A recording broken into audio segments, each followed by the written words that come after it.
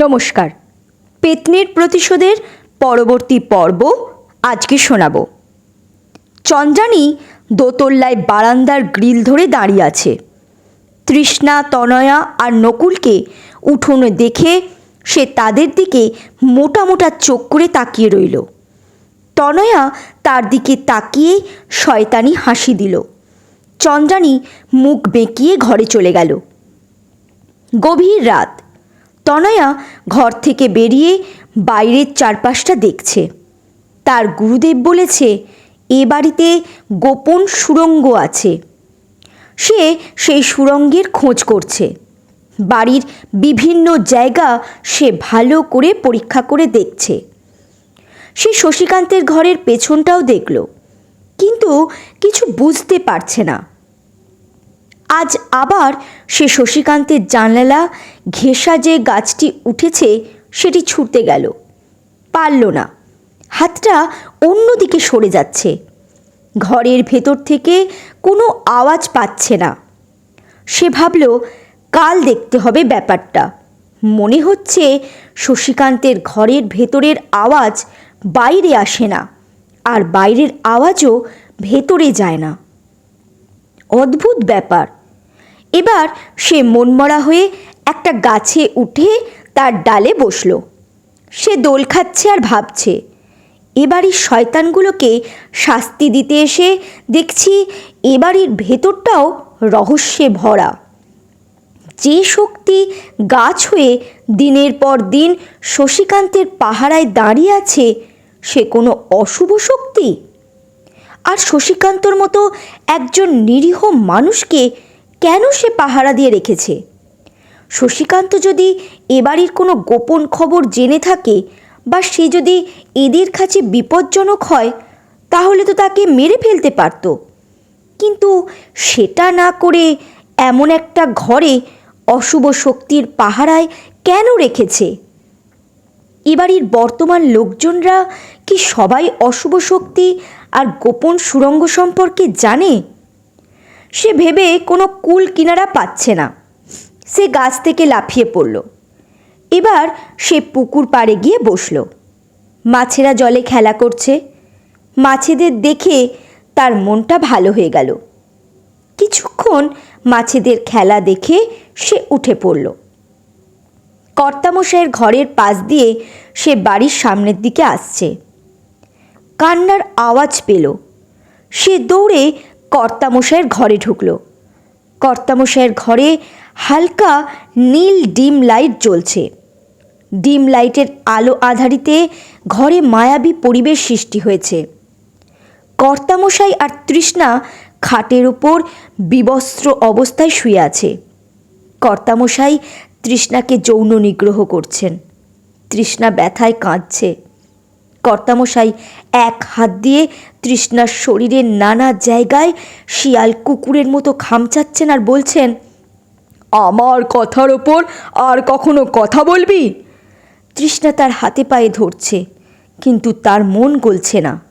এদের মন পাষণ্ডদের মন, যে গলবে সে আশা করাও অনুচিত। কর্তামশাই বয়স্ক মানুষ, তার ওপর অসুস্থ। তার ডান হাতটা প্রায় অবশ হয়ে গেছে, তবুও তার স্বভাবের পরিবর্তন হয়নি। তিনি ওইটুকু একটা অসহায় মেয়ের ওপর শারীরিক নিগ্রহ চালাচ্ছেন।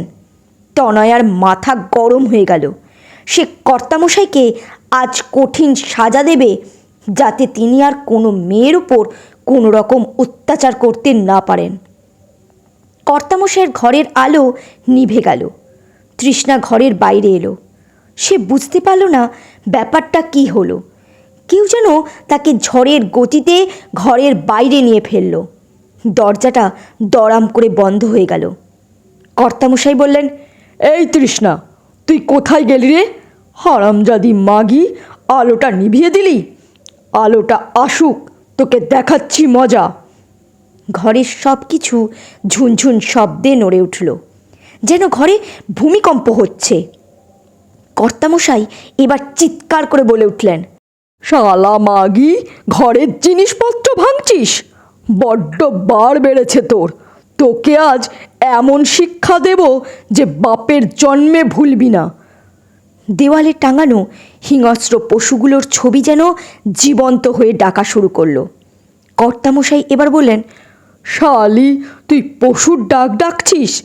আমায় আবার বাঘ সিংহের মুখোশ পরে ভয় দেখাচ্ছিস? একবার হাতের কাছে পাই তোকে। হাতের কাছে পাবি, তবে কিছুই করতে পারবি না।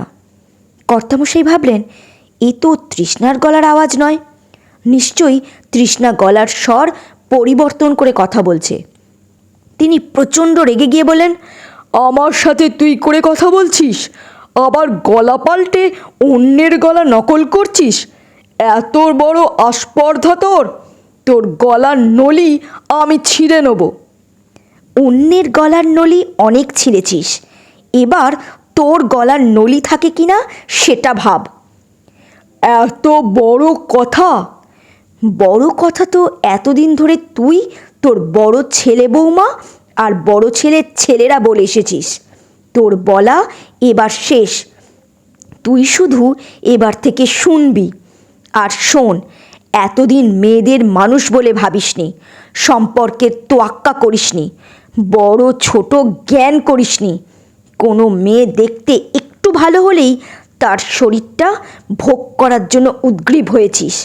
তাদের কাকুতি মিনতিও তোরা কখনো শুনিসনি। গরিব মানুষদের শোষণ করে এসেছিস। কত মানুষের জমি জমা তোরা জোর করে জবরদখল করে রেখেছিস। তোর 80 বছর বয়স হয়ে গেছে, তবুও তুই এতটুকু শোধরাসনি? নাতনির বয়সের মেয়েদের দেখেও তোর মনে যৌন চাহিদা জেগে উঠছে? ছি ছি, তোর অগুণতি পাপের হিসেব এবার তুই শক্ত বিছানায় শুয়ে শুয়ে করিস। কে রে তুই? গলাটা শুনে চিনতে পারলি না? অবশ্য পারবি কি করে? কত মানুষের আর্তনাদ শুনেছিস, কিন্তু কর্ণপাত করিসনি। আর শোন, শুয়ে শুয়ে পাপের হিসেব করার সাথে সাথে আমার গলার আওয়াজটাও চেনার চেষ্টা করিস। ঘরের জিনিসপত্রগুলো নড়তে লাগলো। দেওয়ালে টাঙানো বাঘ সিংহ হায়নারা সব এবার তারস্বরে চিৎকার করতে লাগলো। ঘরের জিনিসপত্র সব এদিক ওদিক হচ্ছে। এক ভয়ঙ্কর পরিবেশ তৈরি হয়েছে ঘরের মধ্যেই। ঘরটা অন্ধকারাচ্ছন্ন থাকলেও এসব কর্তামশাই দেখতে পাচ্ছেন, শুধু তনয়াকে দেখতে পাচ্ছেন না। কর্তামশাই সাহসী, নির্ভীক মানুষ হয়েও এখন ভয় পাচ্ছেন। তিনি দরদর করে ঘামছেন। চিৎকার করে উঠলেন তিনি, কিন্তু গলা দিয়ে কোনো রকম আওয়াজ বেরোলো না। তিনি এবার বারবার কিছু বলার চেষ্টা করছেন, কিন্তু গলা দিয়ে আওয়াজই বেরোচ্ছে না। একসময় তিনি মূর্ছা গেলেন। সকালে তনয়া সব কাজ সেরে রান্না করছে। নকুল ঘুম থেকে উঠে রান্নাঘরে গিয়ে তনয়াকে বলল, রোজ রোজ এত সকালে উঠে সমস্ত কাজ তো একাই করছো, তোমার তো শরীর খারাপ হয়ে যাবে। একটু দেরিতে উঠলে কি হয়? আমার ভোর রাতে ওটা অভ্যাস, শরীরে সয়ে গেছে, কিচ্ছু হবে না। নকুল অভিমানের সুরে বলল, যখন শরীর খারাপ হবে তখন কি হবে শুনি? আমার তো টাকা নেই যে তোমাকে চিকিৎসা করাবো। নকুলের গলাটা ধরে এলো। তনয়া হেসে বলল, আমার শরীর খারাপ হয় না, চিন্তা করো না তো। শরীর খারাপ হতে কতক্ষণ? এ বাড়িতে এসে যেভাবে খাটছ তাতে আমার ভয় হচ্ছে। ভয়ের কিছু নেই, যাও তো, এবার নিজের কাজে যাও। নকুল মন খারাপ করে চলে গেল। একটু পরে তৃষ্ণা রান্নাঘরে ঢুকে বলল, সরো, আমি রান্না করছি। তনয়া তৃষ্ণার দিকে তাকালো। সে দেখতে পাচ্ছে তার সারা শরীরে ক্ষত, বেচারা ঠিকভাবে হাঁটতেও পারছে না। তনয়ার চোখে জল এলো। সে বলল, তুমি আরেকটু শুয়ে থাকো। না, তুমি একা সব কাজ করবে আর আমি শুয়ে থাকবো, সেটা হয় নাকি? তুমি এত সকালে কেন রান্না করছো? একটু দেরিতেও তো রান্না করতে পারো। অন্য কাজ হয়ে গেছে, তাই সকালের রান্নাটা সেরে নিচ্ছি। তনয়া চা বানিয়ে 3টে কাপে ঢেলে বলল, চায়ের কাপ 3টে ঘরে নিয়ে গিয়ে ঠাকুমা আর নকুলদাকে দাও, আর তুমিও খাও। তুমি খাবে না? না, তুমি তো আমাদের সাথে খাও না, কখনো খেতেও দেখি না তোমাকে। কথা না বলে তাড়াতাড়ি যাও, চাটা ঠান্ডা হয়ে যাবে। তৃষ্ণা ট্রেতে করে চায়ের কাপ 3টে নিয়ে চলে গেল। চা খেয়ে নকুল কর্তামশাইয়ের দরজার সামনে গেল। তিনি উঠছেন কিনা সেটা দেখতে। কোনো সাড়া পেল না। সে ফিরে এলো। কর্তামশাই সকালে ঘুম থেকে উঠে নকুলকে একবার ডাকেন। নকুল সাথে সাথে এগিয়ে না গেলে তিনি তাকে কিল চর ঘুষি মারেন। নকুল তাকে তার ব্রাশ, পেস্ট আর অন্যান্য যা দরকার সব এগিয়ে দেয়। এজন্য নকুল সকালে কর্তামশাই তাকে ডাকছেন কিনা সেদিকে লক্ষ্য রাখে। কর্তামশাই ওঠার সময় পেরিয়ে গেছে, অথচ তিনি উঠছেন না। কর্তামশাই তাকে ডেকে না পেলে মারবেন বলে নকুল অন্য কাজে যেতেও পারছে না। সে কর্তামশাইয়ের ঘরের দরজার সামনে পায়চারি করতে লাগলো। নকুলকে কর্তামশাইয়ের ঘরের দরজার সামনে পায়চারি করতে দেখে পরমাদেবী বললেন, এখানে পায়চারি না করে বাজারে যা। কচি বউটা ভোর রাত থেকে খেতেই চলেছে, সে কি সারাদিন রান্নাঘরে পড়ে থাকবে নাকি? ঠাকুরদা ঘুম থেকে এখনো ওঠেনি। মাল টেনে পড়ে আছে বোধহয়। কি আর করবি, থাক দাঁড়িয়ে।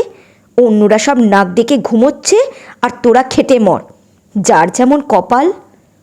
সকাল 10টার সময় রতিকান্ত নিচে এসে খাবার ঘরে ঢুকে কাউকে দেখতে না পেয়ে চিৎকার করে বলল, সব আলসেগুলো গেল কোথায়? তনয়া এসে বলল, কিছু বলছেন জেঠু? খাবার দাও। দিচ্ছি। এই বলে তনয়া রান্নাঘরে গেল। নকুল রতিকান্তের গলার আওয়াজ পেয়ে ছুটে এসে বলল, জেঠু, ঠাকুরদা এখনো দরজা খোলেনি। তা আমি কি করব? না, মানে ঠাকুরদা এত বেলা পর্যন্ত ঘুমিয়ে তো থাকে না, তাই বলছিলাম। আমি বাজার করতে যাব, এত বেলায় ভালো কিছু পাওয়া যাবে? আচ্ছা, দেখছি। নিচে এসে একটু শান্তি নেই। এই বলে রতিকান্ত কর্তামশাইয়ের ঘরের সামনে গিয়ে দাঁড়ালো। তারপর দরজায় কয়েকবার টোকা দিল। সাড়া না পেয়ে দরজায় জোরে ধাক্কা দিল। বেশ কয়েকবার ধাক্কা দেওয়ার পর যখন দরজা খুলল না, এবার সে চিৎকার করে ডাকল, বাবা, ও বাবা।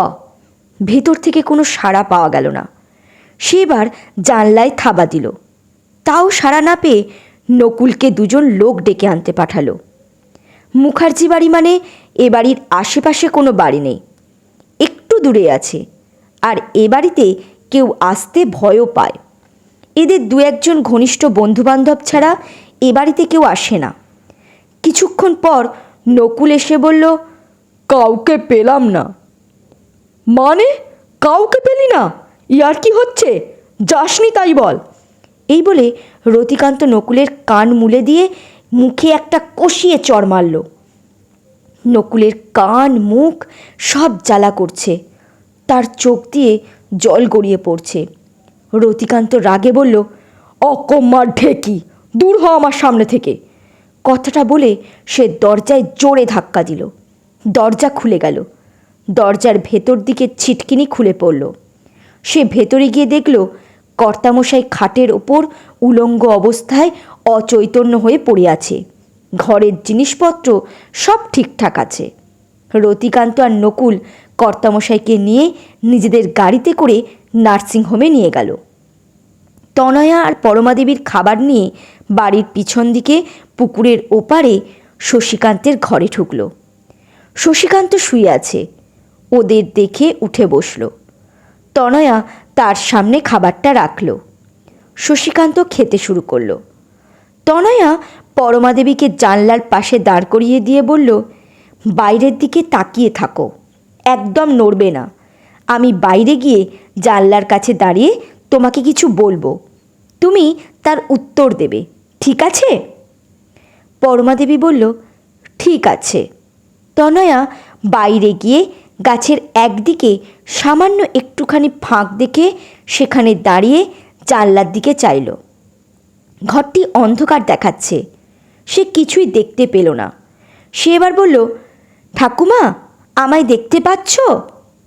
ঘরের ভেতর থেকে সে কোনো উত্তর পেল না।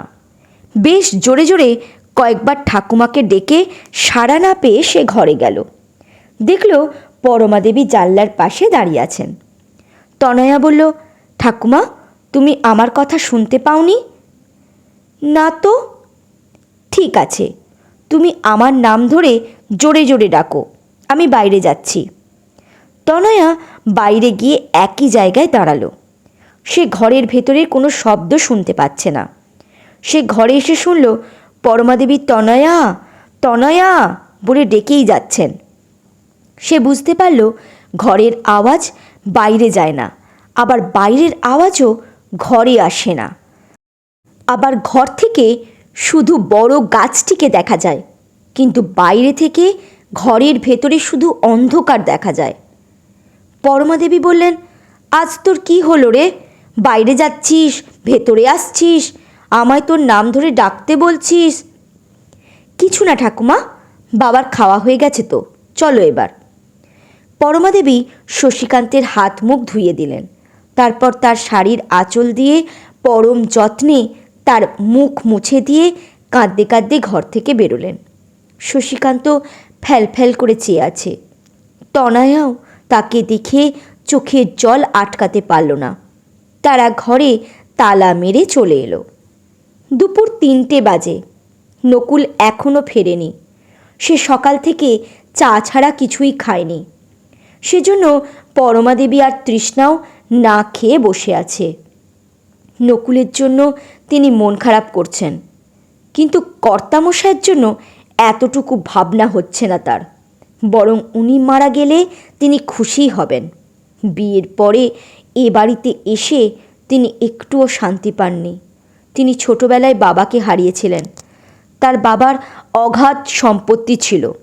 বাবা মারা গেলে পরমা দেবীর মামা তাদের সব কিছু দেখাশোনা করতেন।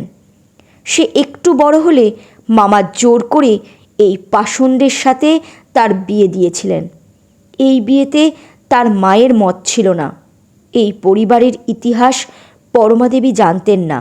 বিয়ের পরে তিনি প্রথম প্রথম কর্তামশাইকে শ্রদ্ধা ভক্তি করতেন, কিন্তু যত দিন গেছে তার রূঢ় ব্যবহার, কুকর্মের তিনি অতিষ্ঠ হয়ে উঠেছিলেন।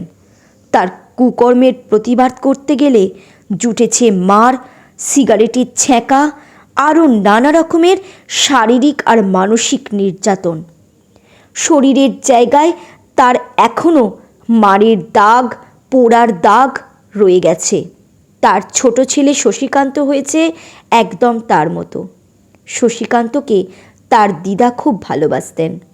শশীকান্তের যখন 15 বছর বয়স, তখন হঠাৎই পরমা দেবীর মা মারা যান।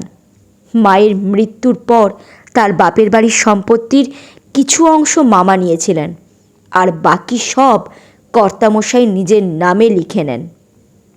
পরমা দেবীকে জোর করে সব কিছু তাদের নামে লিখে দিতে তারা বাধ্য করেছিলেন। পরমা দেবী এ বাড়িতে শুধু কাজের লোকের মতো রয়ে গেছেন। তার শশীকান্তই শুধু তাকে বুঝত। এখন তো সে পাগল আর বন্দিও। তনয়া পরমা দেবীকে বলল, ঠাকুমা, একটা কথা বলবো। বল না। বাবা, মানে তোমার ছোট ছেলে, কবে থেকে পুকুরের ওই পারের ঘরে বন্দি আছে? পরমা দেবী কিছুক্ষণ মনে করার চেষ্টা করে বললেন, কিছু মনে করতে পারছি না, বুড়ি হয়েছি তো, তাই হয়তো। পরমা দেবীর চোখ দুটো জলে ভরে গেল। তনয়া এবার বলল, কেন বাবাকে ওরা এখানে বন্দি করে রেখেছে জানো? এবারও তিনি মনে করার চেষ্টা করলেন, কিন্তু কিছুই তার মনে পড়ছে না। তনয়া একবার ভাবল, ঠাকুমার স্মৃতিশক্তি এত দুর্বল তো নয়। তিনি কি ইচ্ছে করে বলছেন না, নাকি সত্যি তার কিছু মনে নেই? তাকে তো দেখে মনে হচ্ছেন না যে তিনি কিছু লুকোচ্ছেন।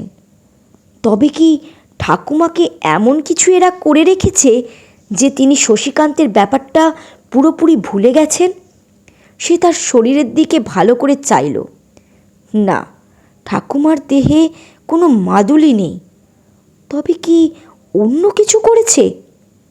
এসব ভাবনায় সে ডুবে গেল।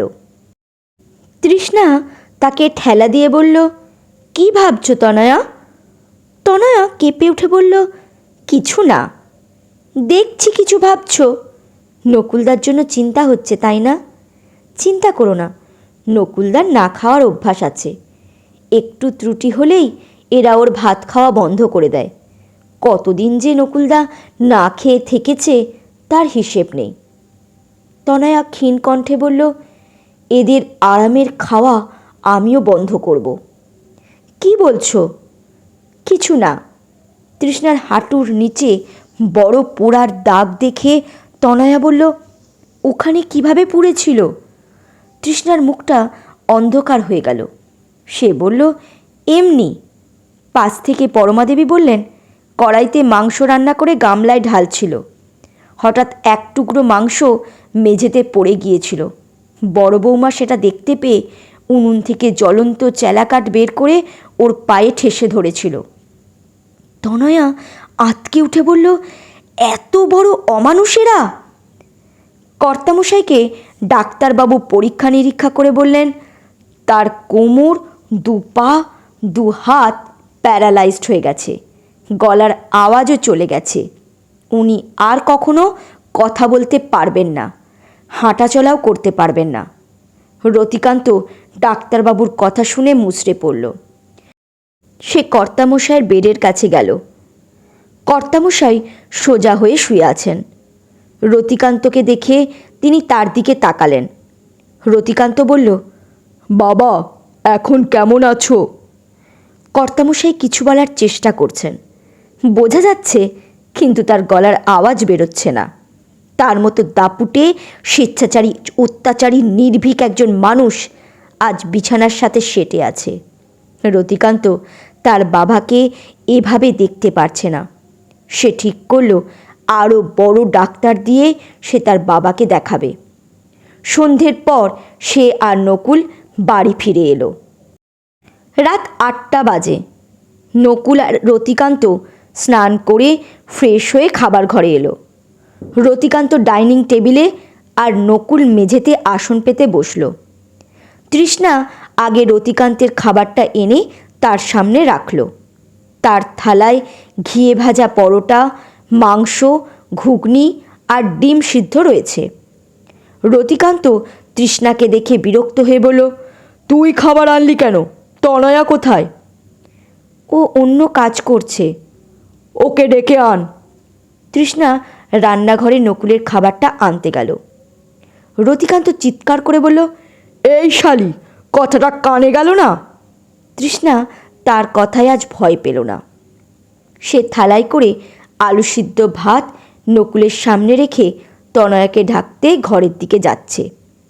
রতিকান্ত উঠে এসে নকুলের থালাটা পা দিয়ে ঠেলে উল্টে দিয়ে আবার ডাইনিং টেবিলে গিয়ে বসল। নকুলের চোখ দিয়ে শ্রাবণের ধারা বইছে।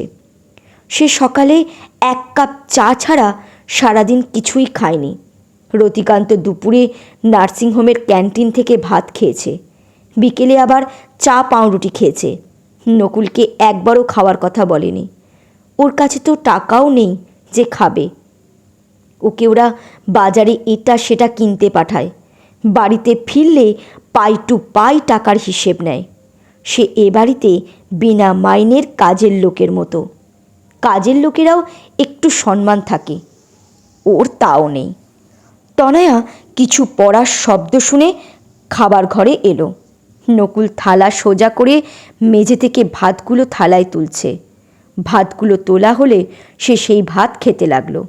তনয়া তার হাত ধরে বলল, ওঠো, এ ভাত খেও না, ঘরে যাও।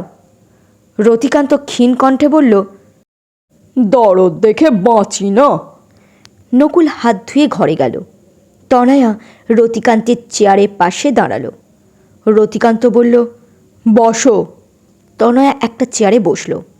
তৃষ্ণা দরজার আড়াল থেকে তনয়া আর রতিকান্তকে দেখছে। তনয়ার মাথার সামনের দিকের চুলগুলো তার অপরূপ সুন্দর মুখখানিতে হাওয়ার উড়ে পড়েছে। অপূর্ব লাগছে তাকে। রতিকান্ত তার দিকে তাকাতে তাকাতে সবে একটুখানি খেয়েছে। হঠাৎ তার গলায় মাংসের হাড় আটকে গেল। তার গলায় ব্যথা করছে, খাবার গিলতে অসুবিধে হচ্ছে, কষ্ট হতে লাগলো। তনয়া বলল, কি হয়েছে জেঠু? গলায় মাংসের হাড় আটকে গেছে, খেতে পারছি না। তনয়া তাড়াতাড়ি নকুলের থালার সিদ্ধ ভাতগুলো একটা বাটিতে করে এনে রতিকান্তের সামনে রেখে বলল, জেঠু, এই শুকনো ভাতগুলো মুঠো করে গিলে খান, দেখবেন গলার হাড় সরে যাবে। রতিকান্ত ভাতগুলো মুঠো করে গিলতে লাগলো। তৃষ্ণা আড়াল থেকে দেখে বেশ মজা পাচ্ছে। রতিকান্ত পুরো ভাতগুলো গিলে ফেলল। গলার হাড়টা এবার মনে হচ্ছে সরছে। গলায় অস্বস্তি লাগছে, তার পেট ভরে গেছে, আর খেতে ইচ্ছা করছে না। সে মুখ ধুয়ে উপরে চলে গেল। তনয়া অন্য একটি থালায় ভাত, পরোটা, মাংস, ঘুগনি আর ডিম সিদ্ধ রাখল। তৃষ্ণা এসে তনয়ার পাশে দাঁড়িয়ে হাসতে লাগলো।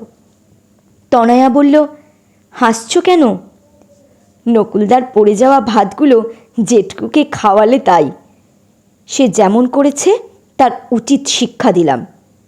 জলের গ্লাসটা নিয়ে আমার পিছন পিছন এসো বলে সে খাবারের থালা নিয়ে ঘরে গেল।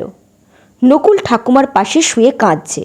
ঠাকুমা তার মাথায় হাত বোলাচ্ছেন, তার চোখেও জলে ভরা। তৃষ্ণা বলল, খেতে এসো নকুলদা, বৌদি তোমার জন্য খাবার এনেছে। আমি খাবো না। রাগ করো না, খেতে এসো। নকুল এবার একটু রেগে বলল, বললাম তো খাবো না। পরমাদেবী বললেন, আমাদের রাগ করা সাজে না রে, খেতে যা। তনয়া বলল, খাবে এসো। নকুল চোখ মুছে খেতে বসল। সে পাতের খাবার দেখে বলল, আবার এসব খাবার আনতে গেলে কেন? কথা না বলে খাও। নকুল খেতে লাগলো। চন্দ্রানী খাবার ঘরে ঢুকে চিৎকার করে বলল, ওরে, সব কোথায় গিয়ে মরলি? চন্দ্রানীর গলা শুনে নকুল খাবার খাওয়া ছেড়ে বসে রইল। তৃষ্ণা দৌড়ে বাইরে গিয়ে বলল, জেঠিমা কি বলছো? চন্দ্রানী মুখ ঝামটা দিয়ে তাকে বলল, হতচ্ছাড়ি, তোর মাথা বলছি। অরুণের খাবারটা উপরে দিয়ায় আর আমাকেও খেতে দে। তনয়া নকুলকে খাও বলে খাবার ঘরে এসে চন্দ্রানীকে খাবার দিল। চন্দ্রানী খেতে পারছে না, তার পেটে খিদে, কিন্তু কিছুই ভালো লাগছে না। কোনো খাবারে লবণে পোড়া তো কোনো খাবার লঙ্কায় বেশি।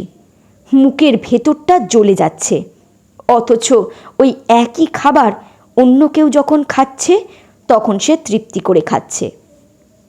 তৃষ্ণা অরুণের খাবার নিয়ে ওপরে গেল। অরুণ ফোনে কার সাথে কথা বলছে। অরুণকে দেখে তার ভয় লাগছে। ফোনে কথা বলতে বলতে সে হাসল। তৃষ্ণা কেঁপে উঠল। অরুণকে ভূতের মতো দেখতে লাগছে। সামনের দুটো দাঁত নেই, প্রায় সারা শরীর তার ব্যান্ডেজে বাঁধা। একটু পরে ফোনটা রেখে অরুণ বলল, কাল আমার ভাই বরুণ আসবে, ওর ঘরটা ভোরে উঠে পরিষ্কার করে রাখবি। তৃষ্ণা মাথা নাড়ল। রাতে সবার খাওয়া হয়ে গেছে। পরমাদেবীর ঘরে নকুল, তনয়া আর তৃষ্ণা বসে আছে। তৃষ্ণা মুখ অন্ধকার করে বলল, জানো ঠাকুমা, কাল বরুণদা আসবে। বরুণদার ঘরটা ভোরে উঠে পরিষ্কার করে রাখতে বলল। নকুল মুখ কালো করে উঠে ওর ঘরে চলে গেল। তনয়া বলল, ঠাকুমা, বরুণও কি এদের মতো? ও আরও বেশি বিপজ্জনক। শহরে থাকে তো, তাই এদের থেকে বেশি উচ্ছৃঙ্খল আর আধুনিক হয়েছে। আমরা তো তোকে নিয়ে ভয় পাচ্ছি, কখন যে কি অঘটন ঘটে যায় সেই ভয়ে থাকি সব সময়। অত ভেবো না তো, আমি নিজেকে রক্ষা করতে জানি। বুদ্ধি দিয়ে কতক্ষণ আর নিজেকে রক্ষা করবি? ওরা যে ভীষণ ধূর্ত। তৃষ্ণা উঠে বাথরুমে গেল। তনয়া বলল, ঠাকুমা, এ বাড়িতে কোনো সুরঙ্গ বা অশুভ শক্তি আছে, তুমি কিছু জানো? না রে, তবে এ বাড়িতে ওসব কিছু থাকা অসম্ভব নয়। আমার শ্বশুরমশাই বিক্রম মুখার্জি এই এলাকার ত্রাস ছিলেন। এদের সবার থেকে তিনি ছিলেন সবচেয়ে বেশি স্বৈরাচারী। খুন করতেও তার এতটুকু হাত কাঁপত না। তিনি তান্ত্রিকের কাছে যেতেন, সাধনা করতেন। কত মানুষের জীবন যে তিনি তছনছ করেছেন তার ঠিক নেই। তিনি বাড়িতে মন্ত্রতন্ত্র আরও কত কি করতেন। রাতে কত আকাজ কুকাজ হতো এ বাড়িতে। আমি সন্ধ্যের পর কেমন একটা ঘড়ির মধ্যে থাকতাম। জানি না কেন। এ বাড়ির পাপের কথা আর শুনিস না। রতিকান্ত আর তার ছেলেরাও একই রকম হয়েছে, তবে এদের আগের থেকে দাপটটা একটু কমেছে। ঠাকুমা, নকুলের মায়ের কথা তো কিছু বললে না। পরমাদেবীর চোখ এবার জলে ভরে গেল। কিছু বলতে পারছেন না। তৃষ্ণা বাথরুম থেকে এসে তাদের পাশে বসল। তনয়া এবার বলল, কেমন ছিল নকুলের মা? পরমাদেবী চোখের জল শাড়ির আঁচলে মুছে বললেন, আমি তাকে চোখে দেখিনি, তবে লোকের মুখে শুনেছি সে লক্ষ্মী ছিল। যেমন তার রূপ তেমন তার ব্যবহার। আমার শশীকান্ত যেমন সৎ, চরিত্রবান, দয়ালু আর কর্মঠ ছিল, তার বউও তেমন ছিল। তারা রাজ্যটক ছিল। শশীকান্ত ভালোবেসে গরিবের মেয়ে বিয়ে করেছিল। ওর বাবার এ বিয়েতে মত ছিল না। শশীকান্তকে বউ নিয়ে ওর বাবা এ বাড়িতে উঠতে দেয়নি। শশীকান্ত বউ নিয়ে ওর শ্বশুর বাড়িতে থাকতো, কিন্তু বেশি দিন শান্তিতে থাকতে পারল না। কর্তামশাই আর রতিকান্ত তাদের শান্তিতে থাকতে দিল না। নানাভাবে তাদের হেনস্থা করত। আমি অনেকবার লুকিয়ে ওদের কাছে যাওয়ার চেষ্টা করেছি, কিন্তু পারিনি। ধরা পড়ে কত মার খেয়েছি। নকুলের দাদার যখন 5 বছর বয়স, তখন একদিন সে নিখোঁজ হয়। কিছুদিন পর ওর মাও কোথায় চলে গেল। থানা পুলিশ করেও শশীকান্ত তাদের খুঁজে পায়নি। আমার বিশ্বাস এরা আমার ছোট বৌমা আর নাতির সাথে কিছু করেছে। নকুলের যখন 3.5 বছর বয়স, তখন নকুলকে নিয়ে শশীকান্ত এ বাড়িতে ফিরে আসে। তারপর কিভাবে কেন শশীকান্ত ওই ঘরে বন্দি হলো সে কথা আমার মনে নেই। তনয়া পরমাদেবীর চোখের জল মুছিয়ে দিয়ে বলল, এবার ঘুমাও ঠাকুমা। দুঃখের দিন চিরকাল কারোর থাকে না, তোমাদেরও দুঃখ দূর হবে। পরমাদেবী একটা দীর্ঘশ্বাস ফেলে বললেন, মরলে তবে দূর হবে রে। তনয়া পরমাদেবীকে শুয়ে দিয়ে তৃষ্ণাকে ভালো করে দরজা বন্ধ করে দিতে বলে নকুলের ঘরে গেল। রতিকান্ত মদের গ্লাসে মদ ঢালছে আর ঠকঠক করে খাচ্ছে। সে মদের গ্লাসের ভেতর তনয়াকে দেখতে পাচ্ছে। কি সুন্দর তার মুখখানি, কি সুন্দর তার দেহের গঠন। চন্দ্রানী এসে বলল, রোজ রাতে এত মদ গেল কেন বলো তো? রতিকান্ত জড়ানো গলায় বলল, তোর বাপের পয়সায় খাই নাকি? বাপ তুলে কথা বলবেন একদম। আমার বাবা তোমাদের কি না দিয়েছে। তোর বাপ তো স্মাগলার। আর তোমার বাপ তো সাধু পুরুষ, সে সবাই জানে সে কেমন। রতিকান্ত টলতে টলতে বলল, তুই আমার বাপ তুললি? তুমিও তো তুললে। আমি তুলব, তুই তুলবি না। না, আমি চুপ করে থেকে তোমার পুজো করব। কথাটা বলতে বলতে চন্দ্রানী ঘর থেকে বেরিয়ে নিজের ঘরে শুয়ে পড়ল। চন্দ্রানী গদির ওপর শুতে পারছে না। কোমর পিঠ সব ব্যথায় টনটন করছে। রতিকান্ত মদের বোতলটার মুখ বন্ধ করে বলল, এবার আজ একটু কম খাই বাবা, আর বোতলটা নিয়ে যাই, ওকেও একটু খাইয়ে দেব। রতিকান্ত যে ঘরে বসে মদ খাচ্ছে সেই ঘরটির দেওয়াল আলমারিতে অনেক রকমের দেশি বিদেশি মদ আছে। বসে খাওয়ার জন্য বড় গোল টেবিল আর অনেকগুলো চেয়ার আছে। রতিকান্ত মদের বোতল নিয়ে ঘর থেকে বেরোলো। সিঁড়ি দিয়ে আস্তে আস্তে নিচে নামল। সে দেখল তনয়া দরজা খুলে বেরোচ্ছে। সে তার পিছু নিল। তনয়া বাড়ির পিছন দিকের পুকুরের কাছে গেল। পুকুরটার শান বাঁধানো ঘাট আছে। সে জল থেকে 2টো সিঁড়ি ওপরে বসে পা ডোবালো পুকুরের সাদা স্বচ্ছ শীতল জলে। সে হালকা করে পা দোলাচ্ছে, তাতে পুকুরের জলে এক অদ্ভুত মোহনীয় শব্দ হচ্ছে, যা এই নিথর পরিবেশে হাঁক তুলছে। হালকা চাঁদের আলো পড়ছে তার চোখে মুখে। রতিকান্ত টলমল পায়ে পুকুরের কাছে গিয়ে সিঁড়ি বেয়ে নিচে নেমে তনয়ার পাশে বসল। সে মদের বোতলটা পাশে রাখল। এবার রতিকান্ত চেয়ে রইল তার পাশে বসা ঐশ্বরিক সৌন্দর্যের অধিকারিণী তনয়ার দিকে।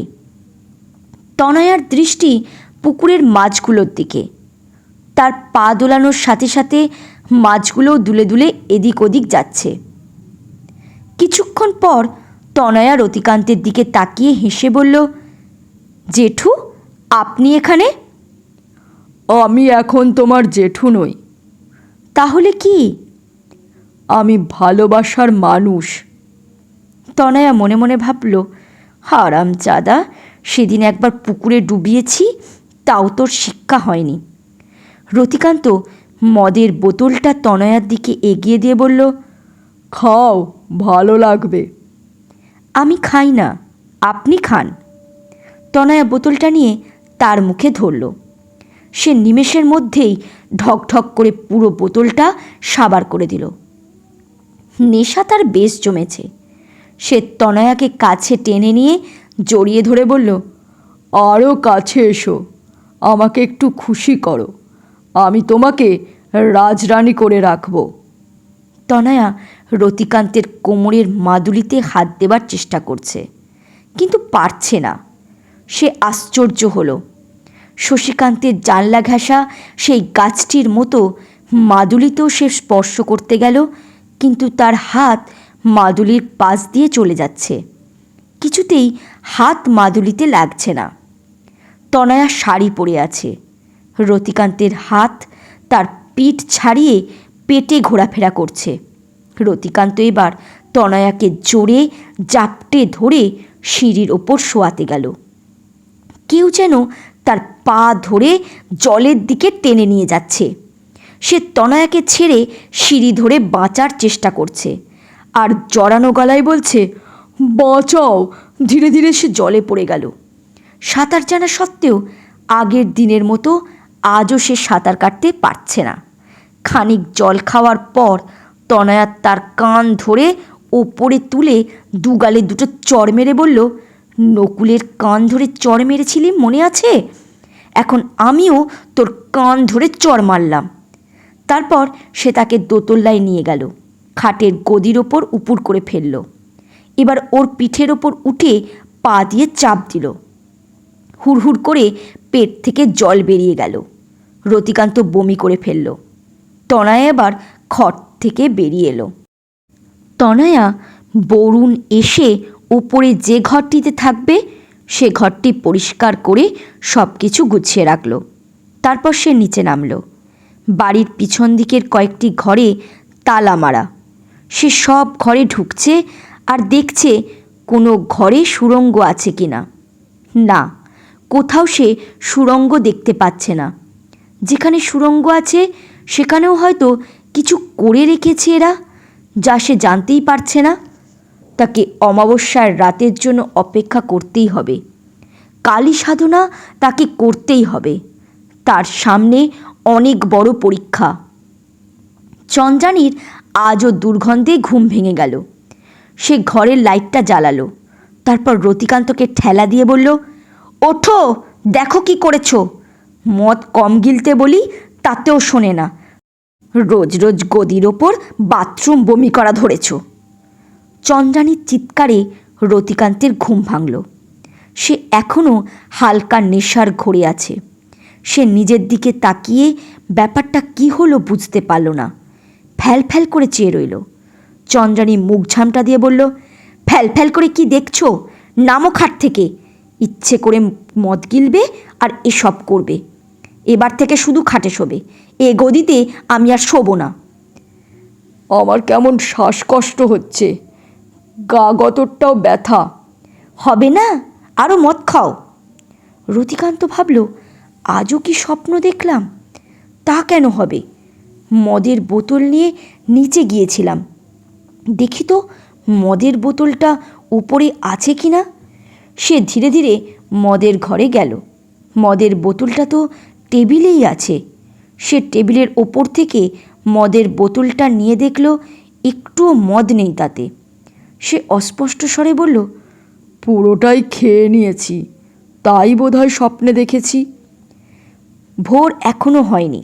চন্দ্রানী কাঁদতে কাঁদতে বলল, এই মাতাল মিন্সের জ্বালায় ঠিক মতো একটু ঘুমোতেও পারলাম না। এমনিতে কোমরের ব্যথায় রাতে আমার ভালো ঘুম হয় না, তার উপর এই ঝামেলা। চন্দ্রানী খোঁড়াতে খোঁড়াতে নিচে নামছে। এমনি তার পেটে সবসময় খিদে থাকছে, অথচ যা খাচ্ছে তাই বিস্বাদ লাগছে। না খেয়ে তার গায়ের বলও কমে গেছে। চেহারাটা যদি খারাপ হয়ে যায় সে সেই টেনশানে আছে। দুটো সিঁড়ি নেমে সে চিৎকার করে উঠল, নকুল, এই নকুল! নকুল সাড়া দিল না। সে এবার নেমে এসে নকুলের ঘরের দরজা ঠেলল। দরজা খুলে গেল। নকুল ঘুমাচ্ছে। তনয়া ঘরে নেই। চন্দ্রানী বলল, এখনও ঘুমাচ্ছিস হারামজাদা? কথাটা বলে সে নকুলকে চড় মারতে গেল, কিন্তু চড়টা তার নিজের গালে লাগলো। কেউ যেন জোর করে হাত ধরে তার গালে চড় মারছে। সে ভাবল, কি হলো? সে আবার নকুলের গালে চড় মারতে গেল। এবারও চড়টা তার গালে লাগলো। সে ব্যথায় কেঁদে উঠল। সে ঘরের চারদিকে তাকালো। কেউ নেই। নকুল ঘুমাচ্ছে। তাহলে কে হাত ধরে চটটা তার গালে মারছে? সে ভয়ে ঘর থেকে বেরোলো।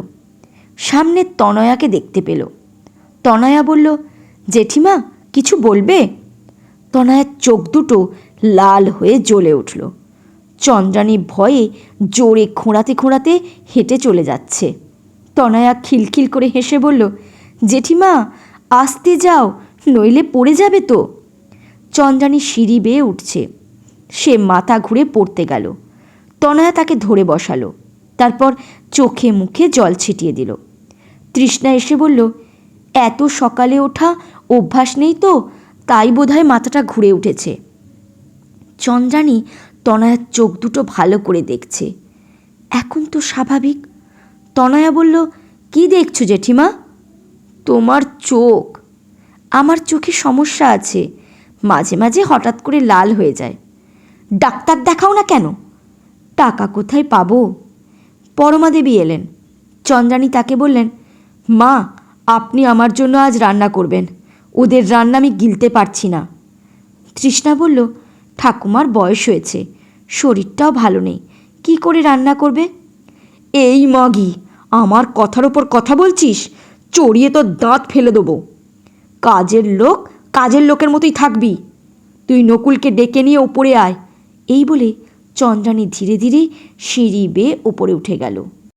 তনয়া তৃষ্ণাকে বলল, নকুলকে ডাকতে হবে না, আমরা দুজনে চলো দোতলায় যাই, দেখি জেঠিমা কিসের জন্য যেতে বলল। তারা উপরে গিয়ে চন্দ্রানীর দরজার সামনে গিয়ে দাঁড়ালো। তৃষ্ণা বলল, আসবো জেঠিমা? আয়। তারা ঘরের ভেতর ঢুকল। খাটের ওপর গদির হাল দেখে তৃষ্ণার বমি পেল। তৃষ্ণা গদিটার এক পাশ ধরে গদিটা খাট থেকে নামাতে গেল, কিন্তু গদিটা নাড়াতে পারল না। তনয়া গদিটা ধরে টান দিতেই সহজেই গদিটা খাটের নিচের দিকে চলে এলো। তারা দুজনে গদিটা ধরে নিচের তলায় নামল, তারপর উঠোনে নিল। নকুল এসে তনয়াকে বলল, আমাকে ডাকনি কেন? এত বড় ভারী গদি তোমরা দুজনে কি করে আনলে? তৃষ্ণা হেসে বলল, তোমার বউয়ের গায়ে অনেক শক্তি, ওই তো আনলো, আমি শুধু ধরে রেখেছি। নকুল তনয়ার দিকে তাকিয়ে বলল, সরো, আমি করছি, পরে তোমার হাতে ব্যথা হবে। তনয়া গদি ছেড়ে সরে দাঁড়ালো। তনয়ার প্রতি নকুলের দরদ দেখে তৃষ্ণা খুশি হলেও মনে ব্যথা পেল। সে মনে মনে বলল, আমিও তো গদিটা টেনে এনেছি নকুলদা, আমায় তো একবারও বললে না সর তুই, আমি তোমার কষ্টে কষ্ট পাই, তুমিও আগে পেতে। এখন বউ এসেছে তাই আমার পরে তোমার আর কোনো টান নেই। তৃষ্ণার চোখ ফেটে জল আসছে। সে আটকাবার চেষ্টা করছে। নকুল বলল, তোর চোখে জল কেন রে? কিছু না, কি একটা উড়ে পড়েছে। ও। তৃষ্ণা আর নকুল গদি ধরে নিয়ে বাড়ির বাইরে যাচ্ছে। তনয়া বড় গেটটা খুলল। নকুল হঠাৎ পড়ে গেল। তৃষ্ণা ব্যস্ত হয়ে গদি ছেড়ে দিয়ে তার কাছে গিয়ে বলে উঠল, তোমার লাগেনি তো নকুলদা? না রে পাগলি। তৃষ্ণা কেঁদে ফেলে বলল, সাবধানে চলতে পারো না? পায়ে কিছু হলে কি করবে? তনয়া স্থির দৃষ্টিতে তৃষ্ণার দিকে তাকিয়ে আছে। তৃষ্ণার চোখ মুছে তনয়ার দিকে তাকিয়ে ভাবল ও খারাপ কিছু ভাবতে পারে। তাই সে তাড়াতাড়ি বলল, চোখে কি যে গেছে, ফুটছে আর জল বেরোচ্ছে। নকুল আর তৃষ্ণা গদিটা আবার ধরে বাইরে নিয়ে গিয়ে জঙ্গলের একপাশে রেখে দিয়ে এলো। তৃষ্ণা আর তনয়া এবার দোতলায় গিয়ে চন্দ্রাণীর খাটের ওপর একটা পাতলা তোষক পেতে দিল। চন্দ্রাণী তাতে শুয়ে পড়ল। সে শুয়ে আরাম পাচ্ছে না। তৃষ্ণা বলল, জেঠিমা, মাদুর পেতে দেব, দেখবে আরাম পাবে কি না? চন্দ্রাণী ঝাঁঝিয়ে উঠে বলল, ছোট লোকের বাচ্চা, তোরা মাদুর পেতে শুস বলে আমিও শোবো নাকি? অরুণদা শুয়ে ভালো আছে তো, তাই বলছিলাম। ওর গায়ে তো ক্ষত, তুই দূর হয় ঘর থেকে। দুজনে ঘর থেকে বেরোলো। তনয়া চন্দ্রাণীকে উদ্দেশ্য করে বলল, তোকে আমি মাদুরে শুয়েই ছাড়ব। তৃষ্ণা বলল, বরুণ লম্পটটা আসবে, তার ঘরটা পরিষ্কার করে রেখে আসি চলো। তনয়া তার সাথে গেল। ঘরটা সুন্দর সাজানো গোছানো। ঘরটা চকচক করছে দেখে তৃষ্ণা বলল, তুমি পরিষ্কার করে সাজিয়েছ তাই না? তনয়া হাসল, কখন করলে? আচ্ছা, রাতে তুমি কি ঘুমাও না? তনয়া কোনো জবাব না দিয়ে বলল, চলো ছাদে যাই। সময় মতো এদের খাবার না দিলে মারবে। সব সময় মতো হয়ে যাবে, চলো তো। দুজনে ছাদে গেল। টবের ভেতর লাগানো ফুল গাছে সুন্দর সুন্দর ফুল ফুটে আছে। তনয়া বলল, এ ফুলের পরিচর্যা নিশ্চয়ই নকুলদা করে? হ্যাঁ, ও ছাড়া কে করবে? তনয়া একটা লাল গোলাপ ফুল ছিঁড়ে তৃষ্ণার খোপায় গুজে দিয়ে বলল, দারুণ লাগছে তোমায়। তৃষ্ণা একটা দীর্ঘশ্বাস ফেলে বলল, ব্যঙ্গ করছো? ব্যঙ্গ করব কেন? তোমাকে বেশ সুন্দর দেখতে, সাজলে দারুণ লাগবে। জেঠিমা বলে আমি নাকি কুৎসিত। মোটেও না, তোমার সুন্দর একটা মন আছে। কি করে তুমি কুৎসিত হও? ওরা কুৎসিত, ওদের বাইরেটা সুন্দর কিন্তু ভেতরটা কলুষিত। তোমার তো ভেতরটা বাইরেটা সব সুন্দর। তৃষ্ণার মুখটা বেশ মিষ্টি। তার গায়ের রং উজ্জ্বল শ্যামবর্ণা। সে লম্বা আর রোগা, ঠিক মতো খেতে পায় না, সবসময় শারীরিক মানসিক যন্ত্রণায় থাকে, বিশ্রাম পায় না, সেজন্য তার শরীরটাও ভালো হয় না। ছাদের পাঁচিলের যে জায়গায় ভাঙা আছে সেখানে তনয়া পা ঝুলিয়ে বসল। তৃষ্ণা বলল, সরে এসো ওখান থেকে। নকুলদাকে এদের মধ্যে কেউ একজন এখান থেকেই ফেলে দিয়েছিল। তনয়া পা দোলাতে দোলাতে বলল, আমি পড়ব না, তুমিও বসো। না বাবা, আমার ভয় করে। ভয় পেও না, জানো তো আমি জাদু জানি, পড়লে লুফে নেব। তনয়া তৃষ্ণার হাত ধরে তার পাশে বসল।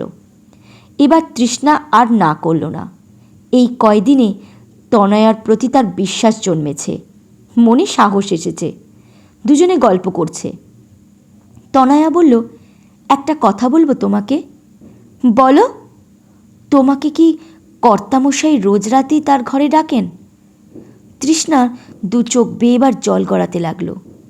তনয়া তাকে আশ্বস্ত করে বলল, আমায় খুলে বলো, আমি তোমাকে রক্ষা করার চেষ্টা করব। কিছুক্ষণ পর কান্না থামিয়ে তৃষ্ণা বলল, আমার যখন 8 বছর বয়স তখন থেকেই এদের যৌন অত্যাচারের শিকার হচ্ছি। এদের মানে? কখনো কর্তামশাই, কখনো তার বড় ছেলে, কখনো বড় 2 নাতি অরুণ বরুণ।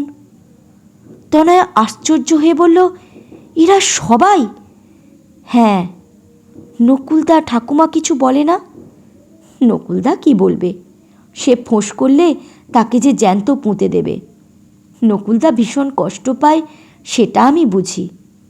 আর আমার জন্য ঠাকুমা কত মার খেয়েছে। একদিন ঠাকুমা আমাকে এ বাড়ি থেকে পালানোর পথ করে দিয়েছিল। আমি পালাতে গিয়ে ধরা পড়ে গিয়েছিলাম। ওরা ঠাকুমাকে 5 দিন কিছু খেতে দেয়নি, প্রচুর মেরেছে। এ বাড়িতে কাজে ঢোকা সহজ, কিন্তু একবার ঢুকলে বেরোনো যায় না। তারা ভ্যানিশ হয়ে যায়। কেউ ভয়ে এ বাড়িতে আসতেই চায় না।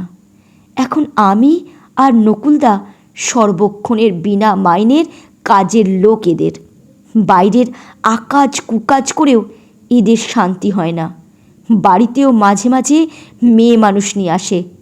কাউকে যদি এদের মনে ধরে তাহলে তাকে জোর করে এখানে আনে। সারা রাত বাপ বেটারা মিলে আনন্দ ফুর্তি করে। সকালে আর তাকে দেখা যায় না। আমার মনে হয় মেরে কোথাও পুঁতে দেয়। উঁকি মেরে দেখার চেষ্টা করনি কখনো? না গো, সে সাহস হয়নি। ঠাকুমার কোলে ভয়ে মুখ গুঁজে থাকি। কোন ঘরে ওঠায় ওদের? একতলার একদম পিছনের ঘরটিতে। তনয়া ভাবল, ও ঘরটিতে তো আমি ভালো করে দেখলাম, খারাপ কিছু চোখে পড়ল না তো। মেয়েগুলো যায় কোথায়? তবে কি তাদের সুরঙ্গ নিয়ে মেরে ফেলে নাকি অন্য কোথাও? তৃষ্ণা তনয়াকে আস্তে করে ঠেলা দিয়ে বলল, কি ভাবছ? আচ্ছা, এ বাড়িতে কি কোনো সুরঙ্গ বা গর্ত আছে? জানি না, তবে এ বাড়িতে বছরে একবার একজন তান্ত্রিক আসেন, কালী মন্দিরে পুজো করেন, সারা বাড়িতে মন্ত্রপুত জল ছেটান। এবার চলো, ঠাকুমা হয়তো খুঁজছে। হ্যাঁ চলো। দুজনে নিচে নেমে রান্নাঘরে ঢুকল। পরমাদেবী রান্নার জন্য আলু কাটছেন। তৃষ্ণা বলল, সরো ঠাকুমা, আমি কাটছি। তনয়া বলল, কি রান্না করতে হবে? তৃষ্ণা বলল, নবাবজাদা আসছে, এবার দেখো ফাই ফরমাস খাটতে খাটতে কি অবস্থা হয়। তাই নাকি? রতিকান্তের গলার আওয়াজ শোনা গেল। এই হারামজাদা, কোথায় রে তুই? নকুল বাইরে ছিল। জেঠুর গলা শুনে ছুটে এসে বলল, কিছু বলছো জেঠু? রতিকান্ত একটা বাজারের ফর্দ আর টাকা তার হাতে ধরিয়ে দিয়ে বলল, এগুলো কিনে নিয়ে আসবি, মাছগুলো দেখে কিনবি। মাছ যদি ভালো না হয় তাহলে আচ্ছা করে ঠ্যাঙাবো, কথাটা মনে থাকে যেন। আর শোন, চন্দ্রানী আর আমি তোষকে শুতে পারছি না, একটা মাদুর আনিস তো, দেখি শুতে পারি কি না। তনয়া রান্নাঘর থেকে রতিকান্তের কথা শুনে হাসল। তৃষ্ণা রান্নাঘর থেকে বেরিয়ে এসে বলল, এত সব নকুলদা একা বয়ে আনবে কি করে? রতিকান্ত বলল, সে আমি কি করে জানবো? আনতে বলছি আনবে, তুই ফোড়ন কাটছিস কেন রে? এবার রতিকান্ত নকুলের দিকে চেয়ে বলল, একটা পয়সা নয় ছয় করলে পিঠের চামড়া থাকবে না, বলে দিলাম। নকুলের এসব শুনতে শুনতে গা সওয়া হয়ে গেছে। সে দুটো ব্যাগ নিয়ে বাজারে গেল। চন্দ্রানী দোতলার খাটের ওপর শুয়ে আছে। কেউ যেন তাকে খাট থেকে নামতে বাধ্য করলো। সে সিঁড়ি দিয়ে জোরে নিচে নেমে আসছে, কেউ তাকে নামাচ্ছে। কি হচ্ছে ব্যাপারটা সে বুঝতে পারছে না, কাউকে সে দেখতেও পারছে না। সে নেমে রান্নাঘরের দিকে গেল।